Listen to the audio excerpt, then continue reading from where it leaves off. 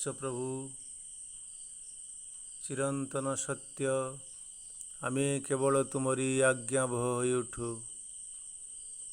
ओ सत्यर विधान को आश्रय करी जीवन धारण करू।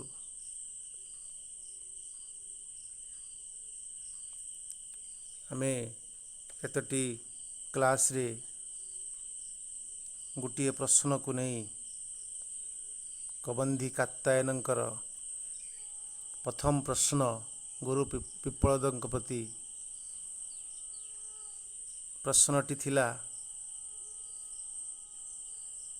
कुतो वा इमा प्रजा प्रजायन्ते इति। हे भगवान ये जगत कौठारू बा ये प्रजा ये जो सृष्टिर जो प्रजा माने अछंती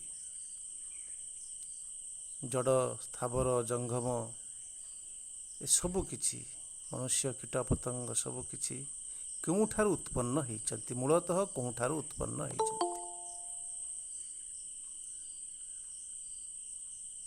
एई जो प्रश्न तार उत्तर रे पिप्पलद कहउछंती जे से इटर्नल फादर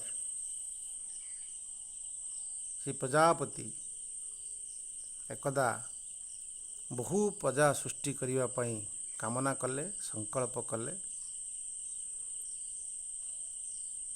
एवं संकल्प कला परे तांकर भावना शक्ति को संकल्प शक्ति को अधिक क्रियाशील कले अर्थात तपस्तप्वा तांकर से तपशक्ति रु जो ताप सृष्टि हला बा जे एनर्जी सृष्टि हला जो अग्नि सृष्टि हला सेइथिरु दुईटी मौलिक सत्ता उत्पन्न हेले गोटी हला पुंग सत्ता और गोटी हला स्त्री सत्ता आउ ताकू से मैथुन बोली कहले से दुई मैथुन से पुंग सत्ता हला प्राण दि लाइफ पुंग सत्ता आउ गोटे हला रई दि मैटर स्त्री सत्ता गोटे लाइफ आ गोटे मैटर लाइफ हला पुंग सत्ता एवं रई हला स्त्री सत्ता।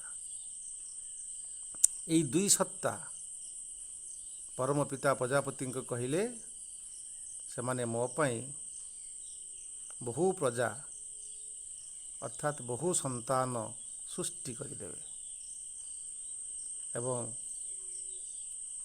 से भाव में आम देखा आम सृष्टि प्रक्रियाटा आरंभ होइछि से प्रजापति इच्छा बा संकल्प बा भावना द्वारा ही एवं तपस्या द्वारा शक्तिर सृष्टि बा एनर्जीर सृष्टि से अग्निर सृष्टि एवं से अग्नि ही सबकिछि सृष्टि होइछि एवं तापर से आलोचना करिसंती जे एई जो दुई सृष्टि हेले गोटे हला प्राण आ गोटे रई ए प्राण कौन एवं रई कौन ता ऊपर से अति पुंखानुपुंख आलोचना कले। विनोद भाई अति चमत्कार भाव में प्राण को बा सूर्य को से श्री अरविंद को बहुत लेखा को उद्धार करी आम आगे थोइले खूब भल लगिला जहाँ मित्र स्पष्ट है जे से प्राण होउछंती से आदित्य से सूर्य एवं रई होउछंती चंद्रमा आओ से रई ही होउछंती जहाँ आम एठी जन्मूर्त जहाँ आम मूर्त रूप देखुचे जहाँ अमूर्त रूप देखुचे जते सब्सटेंस देखुचे गोटे ग्रॉस सब्सटेंस देखुचे गोटे सॉफ्ट सब्सटेंस देखुचे जते सबू अनुभव करुचे से सबू होउची रई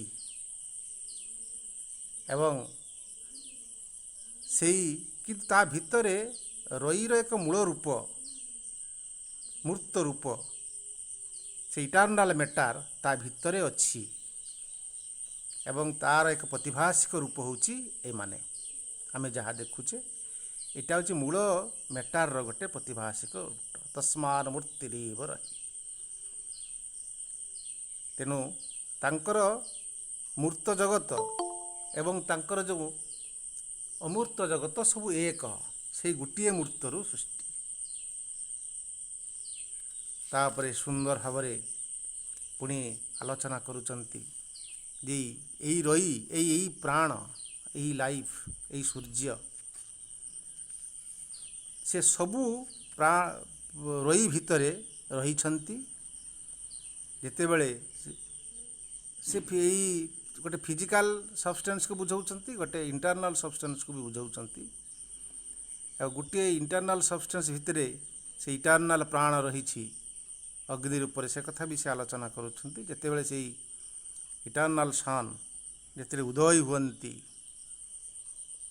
ସେତେବେଳେ ସବୁ ସେ ମୂଳ ପ୍ରାଣ ଯେତେବେଳେ ଉଦୟ ହୁଅନ୍ତି ସେତେବେଳେ ଏଇ ମ୍ୟାଟାର ଭିତରେ ଥିବା ପ୍ରାଣ ତାହା ଭିତରେ ସେ ତାକୁ ଧାରଣ କରେ ସେ ମୂଳ ପ୍ରାଣକୁ ଧାରଣ କରେ ସେ ପ୍ରାଣର ଗୋଟେ ଉପାଦାନ ଏହା ଭିତରେ ଥିଲା ଏବଂ ସେ ମୂଳ ପ୍ରାଣ ଯେତେବେଳେ ଆସିଲେ ତାକୁ ସେ ଧାରଣ କଲେ ଏବଂ ସେ ଧାରଣ କରିବା ଦ୍ୱାରା ସେ ତାଙ୍କ ରଶ୍ମି ତାଙ୍କର ଊର୍ଜା ଚାରିଆଡ଼କୁ ବି ଛାଡ଼ି ହୋଇଗଲା ଏବଂ ସେ ପ୍ରାଣ ସର୍ବତ୍ର ବିଚରଣ କରିବାକୁ ଲାଗିଲେ। ସେ ଦକ୍ଷିଣକୁ ଗଲେ ପୂର୍ବରୁ ତାପରେ ପଶ୍ଚିମକୁ ଗଲେ ପ୍ରତୀଚି ତାପରେ ଉଦୀଚି ତାପରେ ଉତ୍ତରକୁ ଗଲେ ଊର୍ଦ୍ଧ୍ୱକୁ ଗଲେ ଅଧକୁ ଗଲେ ସର୍ବକୋଣକୁ ଗଲେ ଏବଂ ଯାହା କିଛି ଆମେ ଏଠି ଦେଖୁଛେ ସବୁ ସେ ପ୍ରାଣର ପ୍ରକାଶ ଅଟେ ପ୍ରାଣର ହିଁ ପ୍ରକାଶମାନ ଊର୍ଜା ଏବଂ ସେଇ ମୂଳ ପ୍ରାଣକୁ ସମସ୍ତେ ଧାରଣ କରିକି ରହିଛନ୍ତି। ତେଣୁ ଏ ଜଗତର ହେଉଛି ସେ ରଇ ଆଉ ପ୍ରାଣର ଜଗତ ମ୍ୟାଟାର ଆଉ ଲାଇଫ୍ର ଜଗତ ଆଉ ସେଇ ପ୍ରାଣ ହିଁ ଅଗ୍ନି ସେଇ ପ୍ରାଣ ହିଁ ବିଶ୍ୱରୂପମ୍ ସେ ଅଗ୍ନି ରୂପରେ ଏଠି ପ୍ରକଟମାନ ହେଇଛନ୍ତି ଏବଂ ତାକୁ ହିଁ ଋଗ୍ ବେଦ ଚମତ୍କାର ଭାବରେ ଏକଥାକୁ କହିଛି ବାରମ୍ବାର।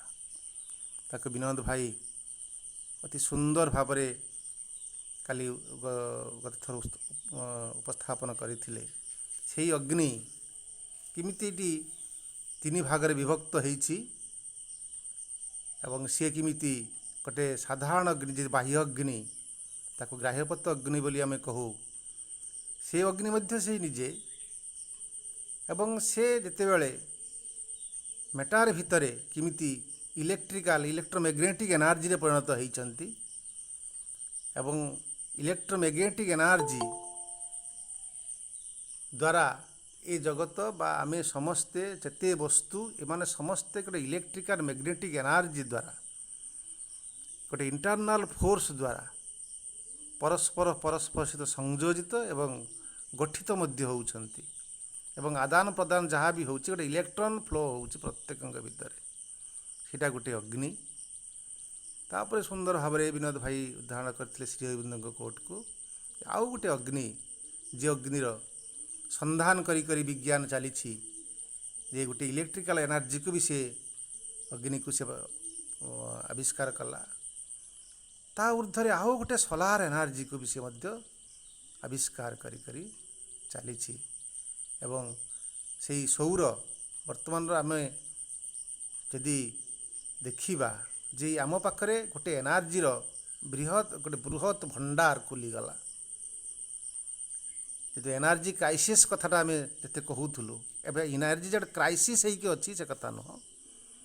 ଏନର୍ଜି ବର୍ତ୍ତମାନ କେମିତି ନ୍ୟୁକ୍ଲିୟର ଏନର୍ଜି ହେଇଛି ଏବଂ ସୋଲାର ଏନର୍ଜିକୁ ଭରସା କରିକିରି କିନ୍ତୁ ଆଜି ସମଗ୍ର ଜଗତ ତାହାରି ଉପରେ ନିର୍ଭରଶୀଳ ଏବଂ ସେ ତ ଅକ୍ଷୟ ଶକ୍ତିର ଭଣ୍ଡାର ସେଇ ସୂର୍ଯ୍ୟ। ଏବେ ନରେନ୍ଦ୍ର ମୋଦି ଗୋଟେ ବିଶ୍ୱ ବ୍ୟାଙ୍କ ସହିତ ସଂଯମତା କଲେ ଯେ 3 ବର୍ଷ ଭିତରେ ସମସ୍ତ ଭେହିକିଲ୍ ଆଉ ପେଟ୍ରୋଲରେ ଚାଲିବ ନାହିଁ एवं सोलार एनर्जी को ही चलो पेट्रोल जी प्रदूषण करुच्ची से प्रदूषित अवस्था को आउ फेर आसब ना तेणु से अणपारंपरिक शक्ति ठारू ही एनर्जी उपर निर्भर करिकी बर्तमान जगत चलो एवं सी शक्ति प्रकृत में जिते परिप्रकाश लाभ आस्ते आस्ते करुच्ची एनर्जीर क्राइसिस आसब ना कि अक्षय शक्ति आमको मिल जाव एवं न्यूक्लियर पावर जो ऊर्जा आज चली जहाँ को आम डार्क एनर्जी बोली कहूचे जो अंधकार भीतर से एनर्जीटा रही से डार्क भीतर से पुणी खुली जी डार्क मैटर और डार्क एनर्जी ता विषय अनेक कथा भी आकु आकु जहाँ गवेषणा हो चली मनीष संधान करी चली अग्नि ऊर्जा तेणु ये आम देखुचे से अग्नि से ऊर्जा से अग्नि सर्वत्र विचरण करुच्ची एठी एवं ताकू आम खोजी खोजी खोजी खोजी पाऊचे एवं से ही अग्निर गोटे विराट अभ्युदय घटुची जहाँ फल से रई एटी प्राण एटी लाइफ आउ मैटार गोटे विराट भूमिटे प्रस्तुत होईछि भगवान का परिकल्पना तेणु से प्राण को स्तुति करिसंती एवं प्राण को सर्वश्रेष्ठ करिसंती जे तुम्हें हूच विश्वरूपं हरिणं जात वेदसं परायणं जतिरेकं तपन्तं सहस्रशिनी शतधा वर्तमान प्राण प्रजान्नमुदयति सह सूर्य। तुम्हें तो हूच से विश्वरूप तुम्हें हूच हरिणम किरणयुक्त तुम्हें हूच जात वेद तुम्हें सर्वज्ञ परायण सर्वधारा तुम्हें ज्योतिमान सर्वमय प्रकाशक तुम्हें हूच तपंतम अद्वितीय अग्नि से उत्ताप प्रदान करिपारुथुवा से महाशक्ति अग्नि तुमर सहस्र धारा रही सबुआड़े प्रकाशित तुम्हें तुम्हें शत शत रूप से तुम्हें एठी प्रकाशित होइछ आ तुम्हें हूच हई प्राण तुम्हें हूच सूर्य तुम्हें हूच ए जगतर प्रजान्नमुदयति सह ए जगतर ए प्राण प्रजनन प्रजा सृष्टि करुथुवा तुम्हें हूच जीवनदाता तेणु प्राण ही यही अग्नि आम भितर किमी सबू सर्वत्र रही से ही ऊर्ध्वगामी होउछि से ही निम्नगामी होउछि ताकू सुंदर भाव विनोद भैया गत थारी कहते आम भितर गोटे आस्पृहार अग्नि मध्य प्रज्वलित होउछि जे से मूल अग्नि सहित संयोजित होउछि एवं चार जो लक्ष्य ताकू परिपूर्ण करुछि परमंकर आ गोटे निम्नाग्नि द्वारा से परिचालित होइकि कामना वासना लोभ भितर परिचालित होइकि से निजक आत्मघात होउछि ए दीटा को मध्य उपनिषद सुंदर भाव में उपस्थापन करुच्ची मनीष जीवन रे गोटे दीटा स्तर रही गोटे दक्षिणायन स्तर गोटे उत्तरायण स्तर से आहरी काल सीमा को आहरी संकीर्ण करी मूल प्रजापति से कालाधिपति सूर्य को आहरी सीमित करी कहउचंती जे वर्ष संवत्सर वही प्रजापति ये वर्ष मध्य प्रजापति काल को लिमिटेड करदे एवं ये वर्षर दीटी जमी गति रही से सूर्यंकर वर्ष कहला माने सूर्यंकर गति को बुझू अर्थात सौर दिवस बोली आमे कहू अरे सौर दिवसर सूर्यंकर दुईटी गति रही गोटे दक्षिणायन गोटे उत्तरायण एवं जीवनर मध्य दुईटी गति रही गोटे हूँ से उत्तरायण गोटे हूँ दक्षिणायन ताको आम प्रतीकात्मक अन्य अर्थ विभिन्न अर्थ में बुझीपर एवं अति स्पष्ट भाव एटी कहउछंती जे जेते बेले गोटे मनीष ता जीवन रे दीटा कार्य करे गोटे हूँ पूर्त कार्य गोटे हूँ इष्ट कार्य से पूर्त कार्य को दक्षिणायन गति बोली कहउछंती एवं सेटा ही चंद्रमा चंद्र गति बा चंद्र चंद्रायन एवं से गति से पूर्त कार्य से करे अर्थात से जनमंगल कार्य करे पोखरी खोली दिए କୂଅ ଖୋଳି ଦିଏ, ଆଉ ଯେତେ ସେବା ରାସ୍ତାଘାଟ ତିଆରି କରିଦିଏ, ଅନ୍ୟ ଲୋକ କଥାରେ ଦେଇ କେସ୍ ଫେସ୍ ବୁଝେ, ଏହି ପ୍ରକାର କାର୍ଯ୍ୟ ସେ କରେ। କିନ୍ତୁ ଏହି କାର୍ଯ୍ୟ କରିବା ଦ୍ୱାରା ଗୋଟେ ଇଏ ବି ଗୋଟେ ପ୍ରକାର ମହତ୍ କାର୍ଯ୍ୟ, ଏବଂ ଏ କାର୍ଯ୍ୟ ଦ୍ୱାରା ସେ ଏଇ ସୃଷ୍ଟି ଲୋକରେ ଯେତିକି ଆନନ୍ଦ ଶାନ୍ତି ପାଉଛି ତାଠୁ ଅଧିକ ସେ ପାଇବ। ଏବଂ ସେ ଗୋଟେ ପିତୃୟାଣ, ଏବଂ ଏଇଟା ହେଉଛି ତାଙ୍କ ପିତୃଯାନ, ଅର୍ଥାତ୍ ପିତୃଲୋକକୁ ଗତି କରିବ, ବା ତାକୁ ଚାନ୍ଦ୍ରାୟନ ବୋଲି ବି କହନ୍ତି, ବା ଚନ୍ଦ୍ରଲୋକକୁ ଗତି କରିବ। ଚନ୍ଦ୍ରଲୋକଟା ଅଛି ପିତୃଲୋକ ସହିତ ସମାନ, ଗୀତାରେ ବର୍ଣ୍ଣନା କରାଯାଇଛି। ସେଥିରେ ସେ ସେଠି ସୁଖଭୋଗ କଲା ପରେ, କ୍ଷଣିକ ସୁଖଭୋଗ କଲା ପରେ, ଆନନ୍ଦ ପାଇଲା ପରେ ପୁଣି ସେ ପୁନରାବର୍ତ୍ତନ୍ତେ, ସେ ପୁଣି ଏହି ସୃଷ୍ଟିର ଜନ୍ମ ମୃତ୍ୟୁର ଚକ୍ରକୁ ପୁଣି ଫେରି ଆସିବ, ତା ସମ୍ପୂର୍ଣ୍ଣ ମୁକ୍ତି ହେବ ନାହିଁ। କିନ୍ତୁ ଯେତେବେଳେ ଉତ୍ତରାୟଣ ଗତି ମଣିଷ ଜୀବନରେ ହୁଏ, ଅର୍ଥାତ୍ ସିଏ ଇଷ୍ଟ କାର୍ଯ୍ୟ କରେ, ଏବଂ ଇଷ୍ଟ କାର୍ଯ୍ୟ କରିବାର ଅର୍ଥ ସେ ଗୋଟେ ସୌରାୟଣ ବା ସୂର୍ଯ୍ୟାୟନ ଗତି କରୁଛି, ଆଉ ସେଟାକୁ ବ୍ରହ୍ମଲୋକ ବୋଲି ସେ ସୁନ୍ଦର ଭାବରେ କହୁଛନ୍ତି। ସେତେବେଳେ ସିଏ ତପସ୍ୟା କରିବ, ସେଟା ଇଷ୍ଟ କାର୍ଯ୍ୟ। ବ୍ରହ୍ମଚର୍ଯ୍ୟେଣ ତପସ୍ୟା ବିଦ୍ୟୟା ଆତ୍ମନ ମନ୍ୟୁଷା ଆଦିତ୍ୟମଭିଜାୟନ୍ତି।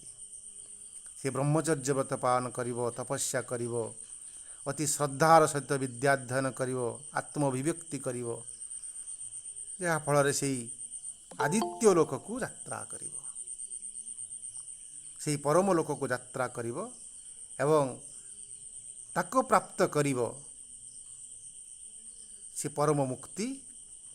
ସେ ପୁନରାବର୍ତ୍ତନ୍ତେ, ସିଏ ଆଉ ଏଇ ସୃଷ୍ଟିର ଜନ୍ମ ମୃତ୍ୟୁର ଦୁଃଖମୟ ଜଗତକୁ ଆଉ ଫେରିବ ନାହିଁ, ସେ ସମ୍ପୂର୍ଣ୍ଣ ମୁକ୍ତି ପାଇଯିବ।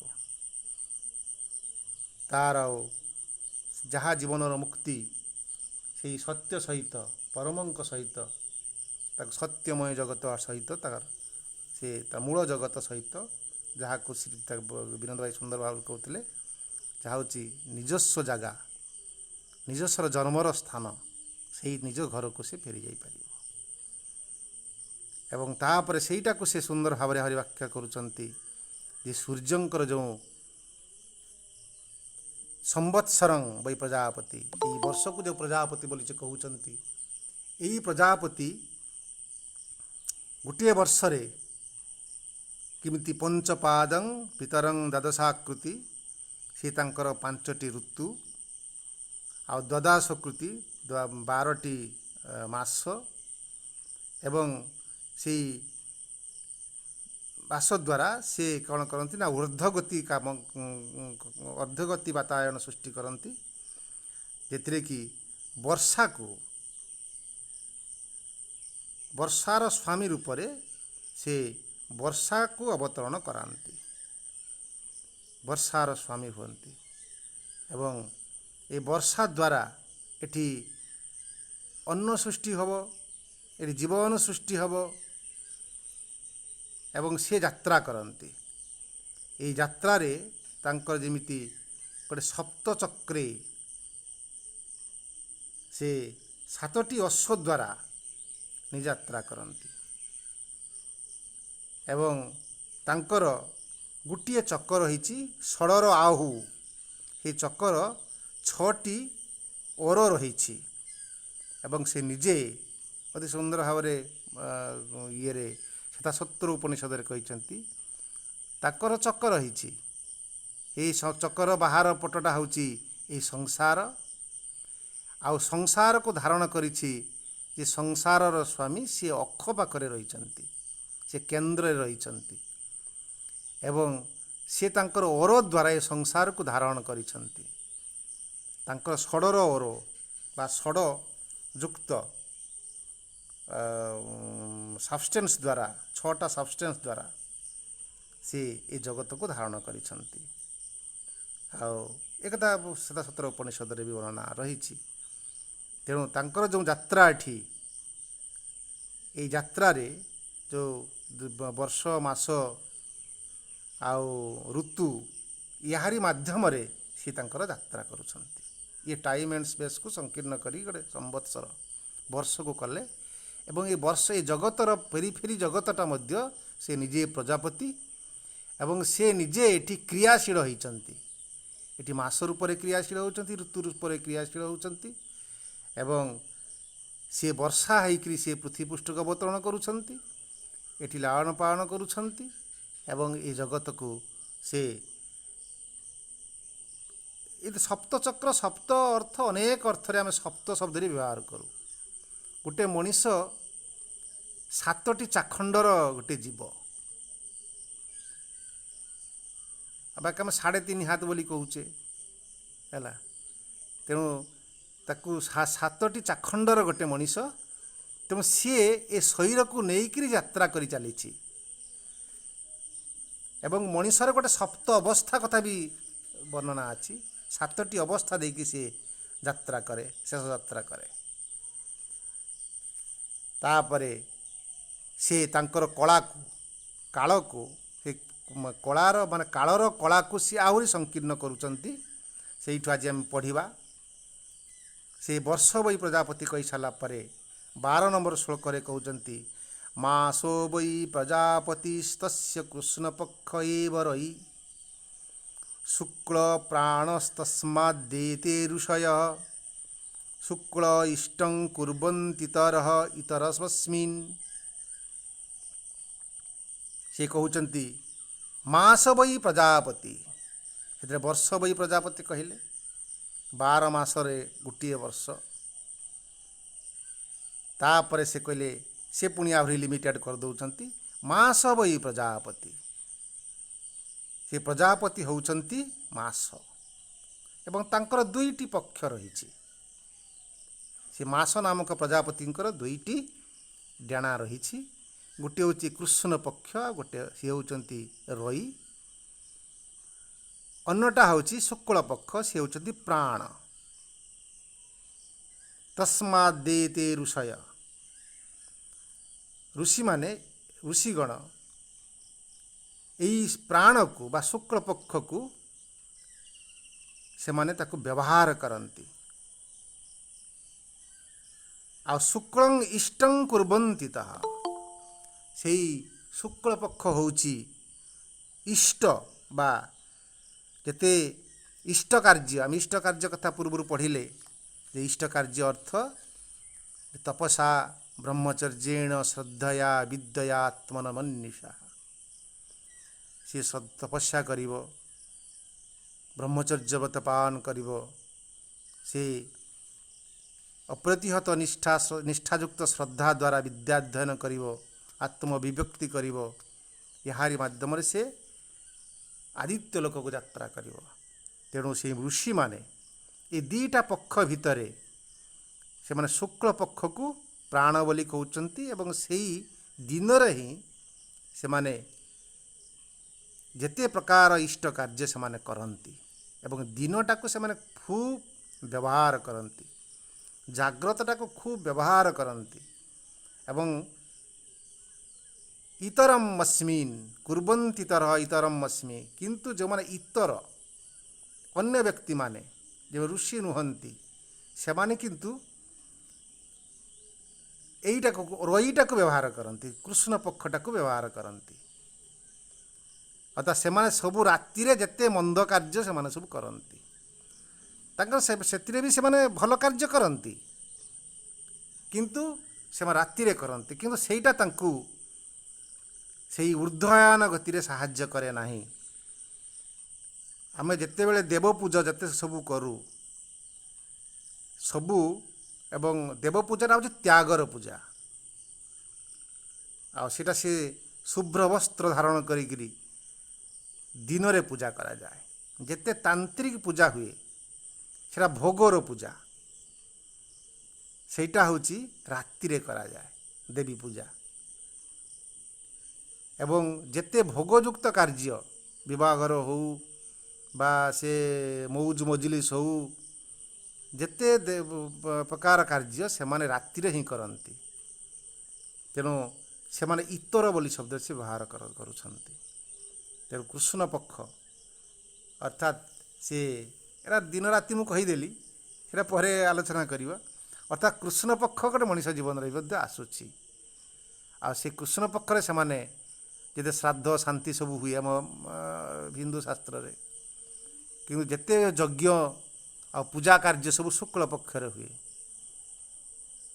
ଆଉ ତେଣୁ ଯେଉଁମାନେ ଋଷି ସେମାନେ ଶୁକ୍ଳ ପକ୍ଷକୁ ବ୍ୟବହାର କରନ୍ତି, ଏବଂ ଯେଉଁମାନେ ବା ରଇ ପ୍ରାଣର କାର୍ଯ୍ୟ କରନ୍ତି, ସେ ଅଗ୍ନିର କାର୍ଯ୍ୟ କରନ୍ତି, ସୂର୍ଯ୍ୟଙ୍କର କାର୍ଯ୍ୟ କରନ୍ତି। ଏଠି ରଇ ଆଉ ପ୍ରାଣକୁ କୃଷ୍ଣ ପକ୍ଷ ଆଉ ଶୁକ୍ଳ ପକ୍ଷ ବୋଲି ସେ ଅବତାରଣା କଲେ। ଆମେ ତାକୁ ଆହୁରି ସୁନ୍ଦର ଭାବରେ ବୁଝିବାକୁ ଚେଷ୍ଟା କରିବା। ତାପରେ ପୁଣି ସେ କହୁଛନ୍ତି ଅହୋରାତ୍ର ବୈ ପ୍ରଜାପତି।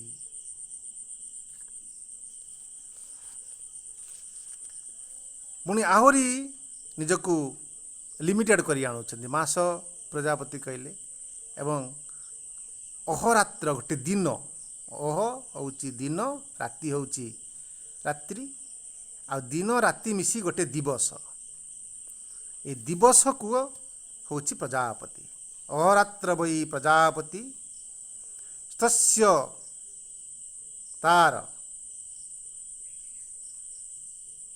ଅହରେବ ପ୍ରାଣ ରାତ୍ରିରେବ ରଇ ପ୍ରାଣ ବା ଏତେ ପ୍ରସ୍କନ୍ଦନ୍ତି ଯେ ଦିବାରତ୍ୟା ସଂଯୁଜ୍ୟନ୍ତେ ବ୍ରହ୍ମଚର୍ଯ୍ୟମେବ ତଦୟଦ୍ ରାତ୍ରୌରତ୍ୟା ସଂଯୁଜ୍ୟତେ। ଅନେକ ଅଂଶରେ ପ୍ରତୀକାତ୍ମକ ଭାବରେ ବ୍ୟବହାର କରିପାରିବା, ଆଉ କିଛି କଥା ଆମେ ବାହ୍ୟ ଜୀବନରେ ମଧ୍ୟ ତାକୁ ବ୍ୟବହାର କରିପାରିବା ଏ କଥା ଗୁଡ଼ାକ ସବୁ, ଏବଂ ସେଇଟାକୁ ବି ମଧ୍ୟ ବୁଝିବାକୁ ଚେଷ୍ଟା କରିବା। ଯେ ଏଠି ଋଷି ଏଇଠି ଆହୁରି କାଳଟା ମାନେ କାଳାତୀତରୁ କାଳକୁ ସଂକୀର୍ଣ୍ଣ କରିକି ଗୋଟେ କାଳଖଣ୍ଡରେ ପରିଣତ କରୁଛନ୍ତି, ଏବଂ ସେ କହୁଛନ୍ତି ଅହରାତ୍ର ବୈ ପ୍ରଜାପତି। ଏ ଗୋଟିଏ ଦିବସ 24 ଘଣ୍ଟା, ଆଉ 24 ଘଣ୍ଟାର 12 ଘଣ୍ଟା ହେଉଛି ଅହ, ଆଉ 12 ଘଣ୍ଟା ହେଉଛି ରାତ୍ରି। এই ଦିନ ରାତି ମିଶି ଗୋଟିଏ ଦିବସ ସେ ହେଉଛନ୍ତି ପ୍ରଜାପତି। ୟାର ଅହରେବ ପ୍ରାଣ, ଏ ଦିନ ହେଉଛି ପ୍ରାଣ, ରାତ୍ରିରେବ ରହି, ରାତ୍ରି ହେଉଛି ରଇ ମେଟାର। ସେ ଗୋଟେ ସେଇ ମୂଳ ପ୍ରଶ୍ନ ସହିତ ଆମେ ସଂଯୋଜିତ କରିବା, ସେ ପ୍ରଜାପତି କ'ଣ, ପ୍ରଜାପତି କେମିତି ସୃଷ୍ଟି କରି କରି ଚାଲିଛନ୍ତି। ସେ ସବୁବେଳେ ଦି କଥାଟାକୁ ଆଲୋଚନା କରି କରି ଚାଲିଛନ୍ତି।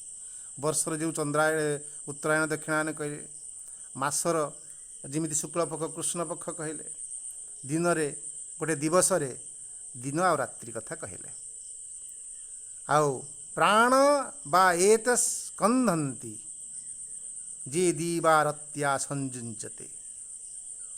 ଆଉ ଏଇ ପ୍ରାଣ, ଏଇ ଯେ ଦିନଟା ହେଉଛି ଗୋଟେ ଗୁରୁତ୍ୱପୂର୍ଣ୍ଣ, ସେଥିରେ ସେଠି କର୍ମମୁଖର ହେବ, ପ୍ରାଣକୁ ବ୍ୟବହାର କରାଯିବ। ସେଥିପାଇଁ ଆମର ରାତ୍ରି 12ଟା ପରେ ଦିନର ଆରମ୍ଭ ହେବେ ଏବଂ ରାତ୍ରି ଦିନ 12ଟା ପର୍ଯ୍ୟନ୍ତ। ସେଥିପାଇଁ ସେଠି ସେଇ ଅବସ୍ଥାର ଜାଗ୍ରତ ଅବସ୍ଥା ବୋଲି କୁହାଯାଏ। ସେଥିପାଇଁ ରାତି 12ଟା ପରେ ଆଉ ଶୋଇବା, ରାତି 12ଟା ପରେ ଯେତେ ଦିନ ଆସିବ, ଉଷା ଆରମ୍ଭ ହେବ, ଶୀଘ୍ର ଉଠିବା କଥା କୁହାଯାଇଛି, ଯେ ଶୀଘ୍ର ବିଛଣା ଛାଡ଼ିବାକୁ ପଡ଼ିବ। ଏବଂ ସେତେବେଳେ ଶକ୍ତିର କ୍ରିୟା ଏଠି ଆରମ୍ଭ ହୁଏ, ଶରୀର ଭିତରେ ମଧ୍ୟ ଶକ୍ତିର କ୍ରିୟା ଆରମ୍ଭ ହୁଏ। ଆମେ ଜୁଆର ଭଟ୍ଟାକୁ ଯଦି ଲକ୍ଷ୍ୟ କରିବା, ଯେମିତି ଜୁଆର ସମୟରେ ଶରୀର ପ୍ରତ୍ୟେକ ମେଟାର ଭିତରେ ସୂର୍ଯ୍ୟଙ୍କର ଏକ ଆକର୍ଷଣ ଥାଏ, ଚନ୍ଦ୍ରଙ୍କର ମଧ୍ୟ ଏକ ଆକର୍ଷଣ ଥାଏ, ଏବଂ ସେ ଆକର୍ଷଣ ବେଳେ ନଦୀ ଫୁଲି ଉଠେ, ନଦୀ ଜାଗ୍ରତ ହୁଏ, ସମୁଦ୍ର ଜାଗ୍ରତ ହୁଏ। ସେମିତି ଜୀବନର ସୂର୍ଯ୍ୟ ସେତେବେଳେ ଯେତେ ଉଠନ୍ତି, ଆଉ ସେ ମୂଳ ସୂର୍ଯ୍ୟ ବି ଯେତେବେଳେ ଉଠନ୍ତି, ଏଇ ଭୌତିକ ସୂର୍ଯ୍ୟ, ସେତେବେଳେ ପୃଥିବୀରେ, ଏ ଜଗତରେ ସେ ଶକ୍ତିର କ୍ରିୟା ଆରମ୍ଭ ହୋଇଯାଏ। ସେତେବେଳେ ସିଏ ପ୍ରାଣର କାର୍ଯ୍ୟ, ଶକ୍ତିର କାର୍ଯ୍ୟ କରିବ। କିନ୍ତୁ ଯଦି ସିଏ ଏଇ ପ୍ରାଣର କାର୍ଯ୍ୟ ନ କରିକିରି ସେ ରତ୍ୟା ସଂଯୁଜ୍ୟତେ, ଏଇ ଦିନରେ ଯଦି ରତି କ୍ରୀଡ଼ା କରେ, ତାହେଲେ ପ୍ରସ୍କନ୍ଦତି, ସିଏ प्राणम से प्राण को क्षय करदिए। रति क्रीड़ा करवा दिन में ठीक नुहे बोली उपनिषद आमको सतर्क कही दउछंती।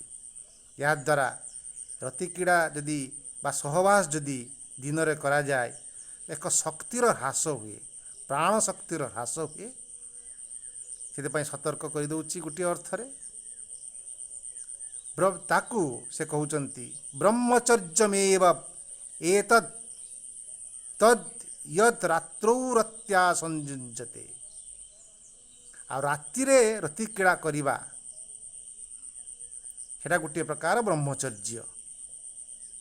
राति रे सहवास करुवा व्यक्ति निश्चय ब्रह्मचारी अटंती बोली से कहउछंती। किंतु कथाटी होउछि या जे ब्रह्मचर्य जो कथाटी पूर्वरु थिला सेटा होछि हमर रेत शक्ति को धारण करिबा, ये रत शक्ति को क्षय करिबा नुह।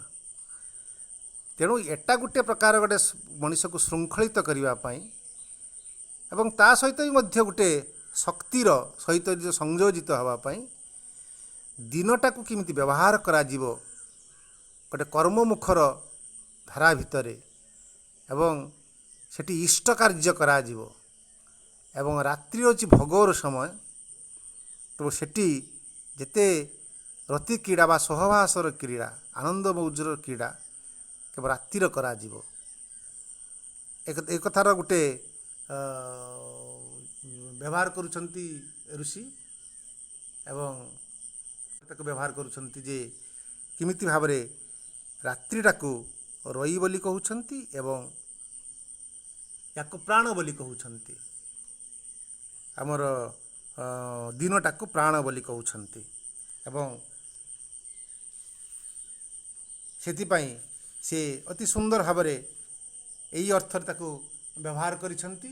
तेणु आमे वर्तमान यही श्लोक सहित आमे जहाँ आलोचना कलु से किमिति से कालक्षण को माने कालक्षेप को आस्ते आस्ते लिमिटेड कर दउछंती एवं से लिमिटेडटा भी सीए एवं कालातीत महाकाल भी सीए। से महाकाल पाखरु से पुणी कालखंड रे रूपांतरित होइकरी मास वर्ष अहरात्र एवं एठी से क्रियाशील होउछंती विभिन्न रूप रे। ए प्राणर जो ऊर्जा चली शक्तिर जो ऊर्जा चली विभिन्न रूप रे से मेटार सहित एक खेल खेलुछंती। गोटे लाइफ मेटार सहित खेलुछंती एवं सेठी सृष्टि करुछंती। एटी खेलिबार एठी सब सहवास एटी मैथुन शब्दटी की से प्रथम व्यवहार करिछंती।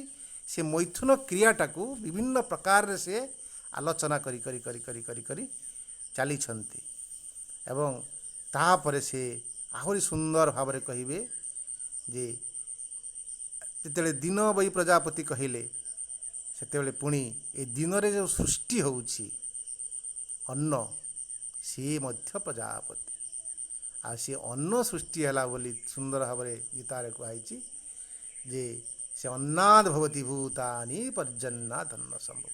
सबु किछि से अन्न सृष्टि करिवा पई एटिया हेछि। से अन्नरु बीर्ज सृष्टि हब, बीर्जरु संतान सृष्टि हेबे, जगत सृष्टि हब। सेति पई से लिमिटेड करी करी बीर्ज पाखरे आसी पहुंची जिवे। से बीर्ज होउचंती से निजे, से रेत होउचंती से निजे। ए कथा आलोचना निश्चित भाव करिवे एवं आमे वर्तमान आमर आजिर अध्ययन को आलोचना आड़ को नबा। रवि भाई आप आलोचना आरंभ करंतु।